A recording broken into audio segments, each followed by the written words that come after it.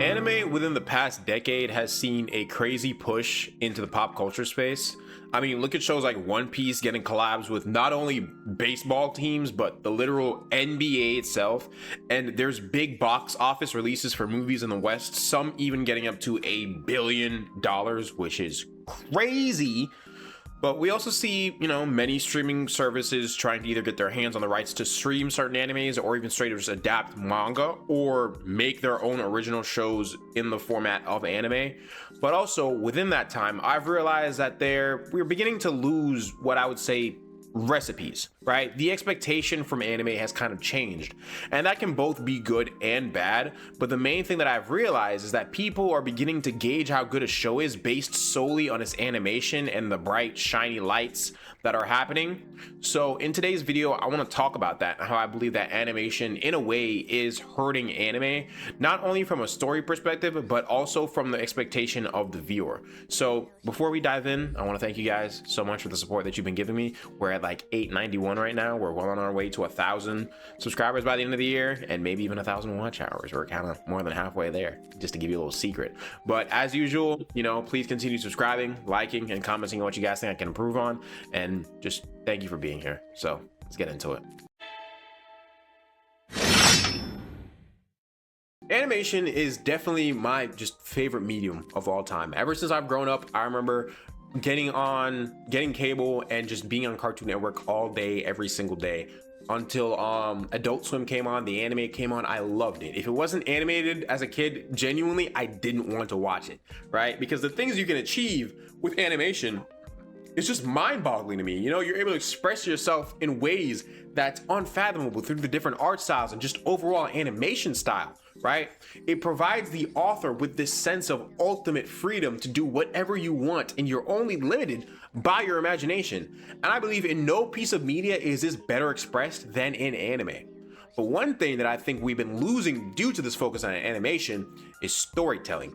Whether it's an anime winning anime of the year solely based off how it looks, I think we're starting to lose why anime became so popular.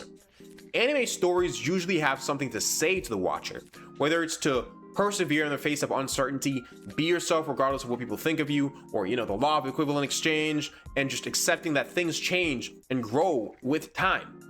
And in recent years, while I do think that these stories are still very much prevalent, examples being like Frieren, beautiful story, Dandadan, it's a beautiful blend of so many genres, and it gives you the sense of warmth with it, right? Or even Demon Slayer to some degree, right? I feel as though people now are prioritizing how a show looks versus the message that it has to say. And today I want to talk about two anime in particular, and I want to give you a comparison, right? So the first is going to be Demon Slayer, because this is where I really think the whole animation thing over everything else began. And then what I think is the biggest perpetrator of animation over story, Solo Leveling, hands down. And then finally, I want to give you a comparison of what I think is the most perfect anime out there, which is going to be Full Metal Alchemist Brotherhood. I always say, if you're going to recommend anime to anybody, recommend them Full Metal Alchemist Brotherhood. It's the perfect encapsulation of what goes on in an anime. The story's fantastic. It gets you there. So we're going to start off with Demon Slayer, which started airing in 2019, right? And pretty much on arrival, it was a hit. We can admit that. Like, Demon Slayer on arrival hit straight out the gate. And I heard about it. So I was like, I want to give it a try. And now if you've watched my JJK video, I said in there that at this point I was a link in the description. Very good video. It's about Yuji. It's about Yuji Itadori and how he's suffering. Check it out, please.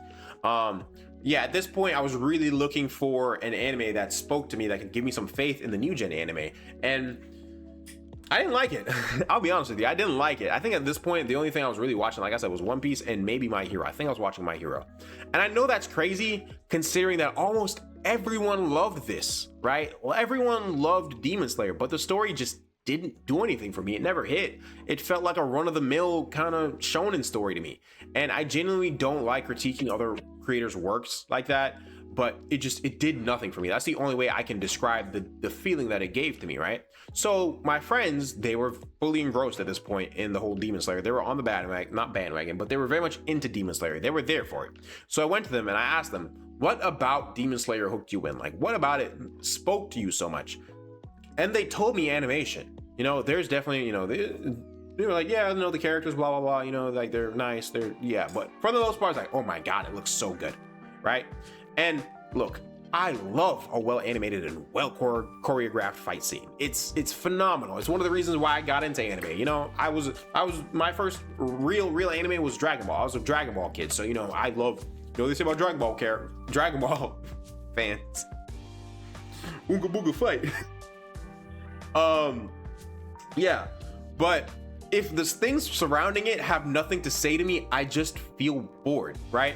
With Demon Slayer, I can say that it does have its moments and inspiration. For example, you know, Rengoku with the whole set your heart ablaze speech. But in terms of inspiration from Demon Slayer, that's all I really hear about in terms of inspiration. Anything else is just, wow, it looks so good, where I see a TikTok edit of a fight and it's usually like the Tengen fight or something in Infinity Castle, or maybe like Tanjiro using like sun breathing or something like that, you know, versus a story like One Piece or Full Metal. Whenever I see a Full Metal or a One Piece edit, it's telling me something about the world. It's telling me something about the story. It's not just showing me a cool fight, you know? And that's not to say that Full Metal doesn't have a cool fight. That ending of Full Metal, one of the best fights in anime. We're gonna put that out there right now. But even during that fight, it's telling a story, right? It's giving you these emotional beats. They're paying off so many different things throughout this story. And then we can look at One Piece. There's so many fights in One Piece, you know, nowadays. They look fantastic. I'm not gonna do One Piece like this. I love the crocodile fight. I love that. You know, the animation back then, it was so much, it's so charming. The old One Piece animation was very charming. I'm not gonna do it dirty. I love it. But the fact that as the manga went on, it, you know, the Demon Slayer story, it got worse, and it definitely didn't stick the landing in terms of the ending, didn't help that for me, right? And I do feel the need to say that while I didn't read or watch Demon Slayer, I kept track of it from afar through YouTube videos. Like, I kind of knew, I had a general idea of what was going on, you know?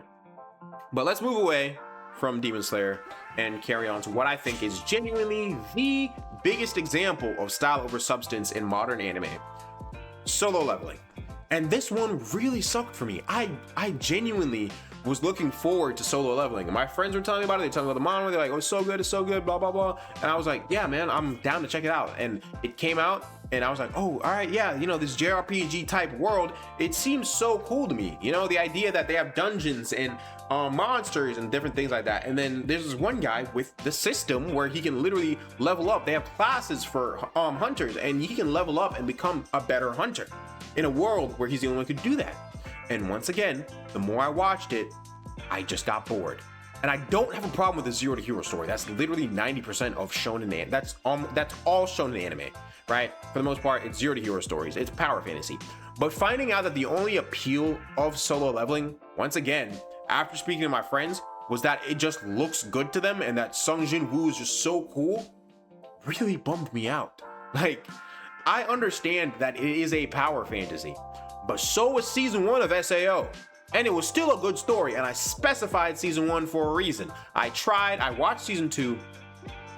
Nah, I tried season 3, I cut it off right there. I heard season 4 gets better, but I will not be checking in for that, right? I'm not coming there with you.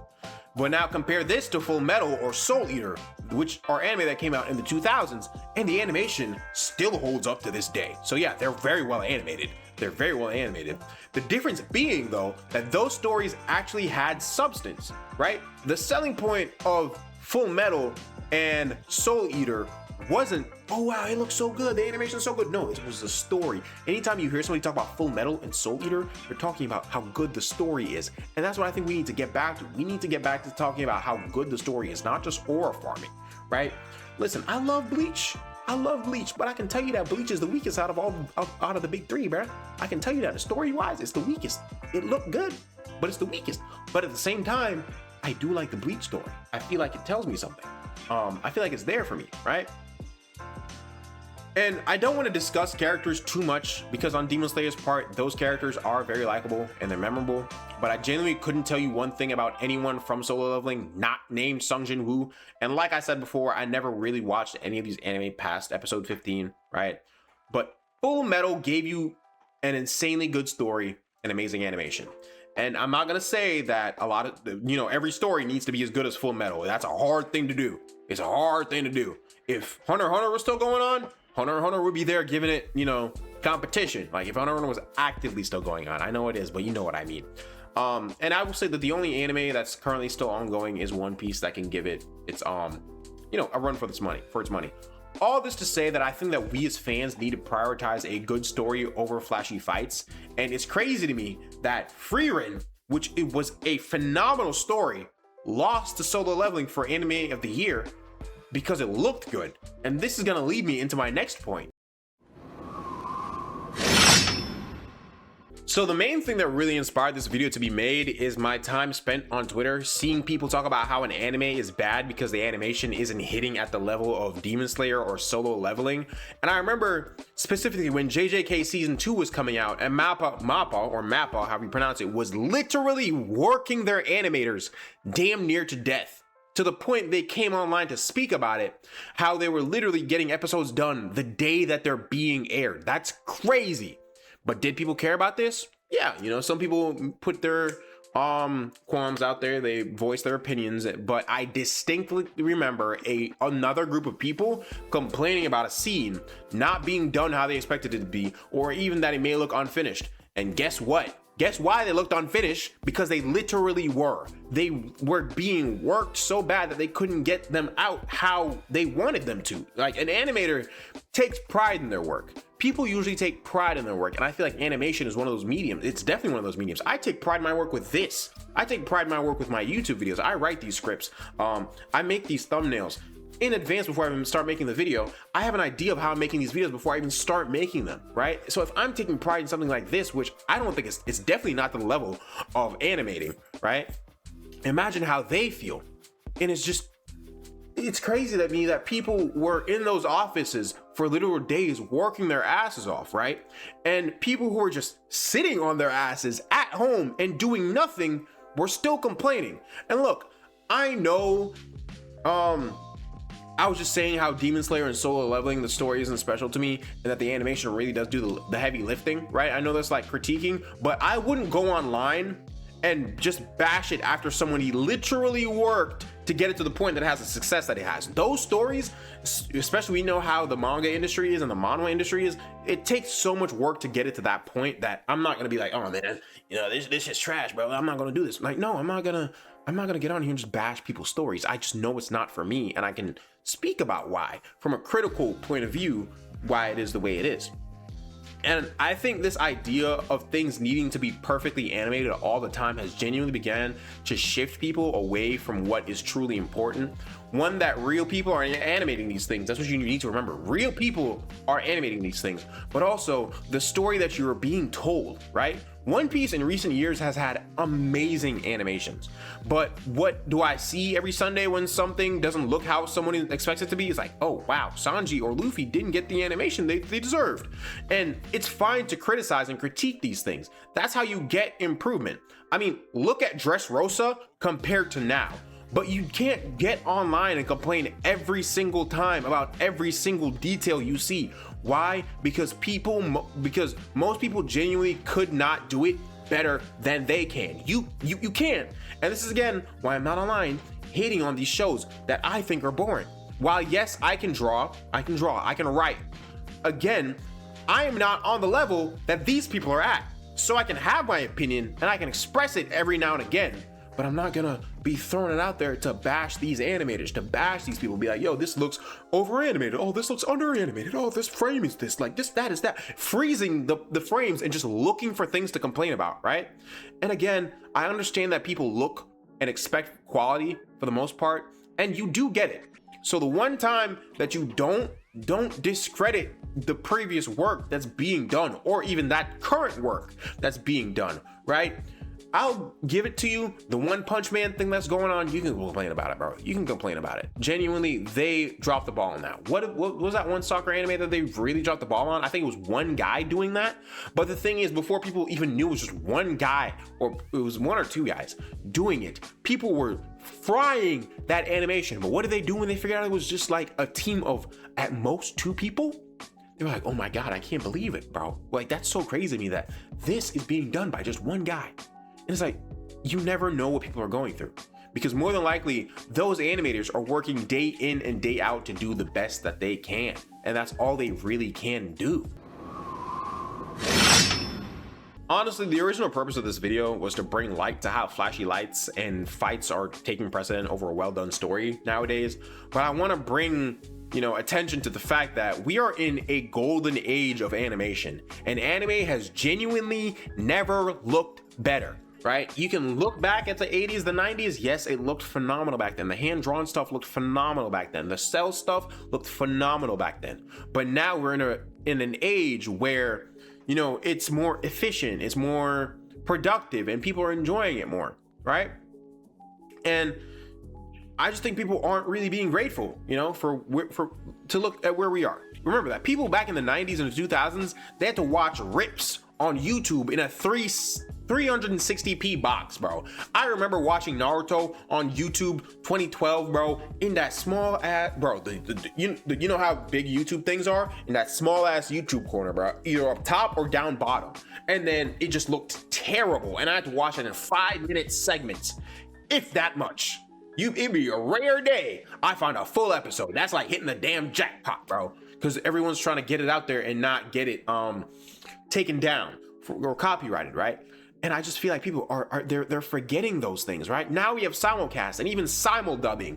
We have simuldubbing, sorry. And I just think we need to be grateful for where we are.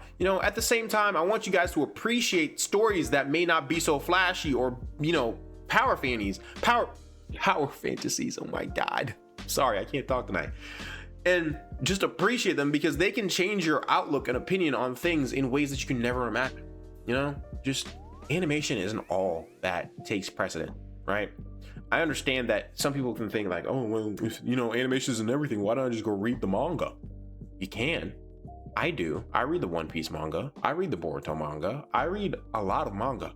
But at the end of the day, when the manga's done, or when the manga gets to a point where it's getting animated, I go over there and I watch it, because I do want to see how they handle the animation. I do want to see how it's done. I do want to see that picture translated into a moving medium, right? But if it's not done to how I want it to, and even then it's like, all right, cool, keep it pushing.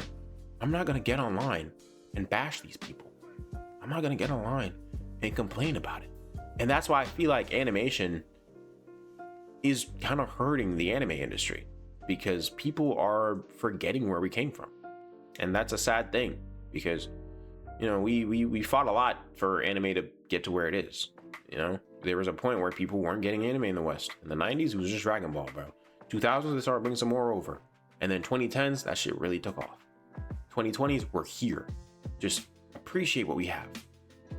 But that's the video. And as usual, I hope you guys enjoyed it. Please leave a sub, leave a comment, a like, and comment what you think if I'm wrong, if animation is not ruining anime, or what you guys think I can improve on. And as usual, I love you, and I'll see you guys in the next one.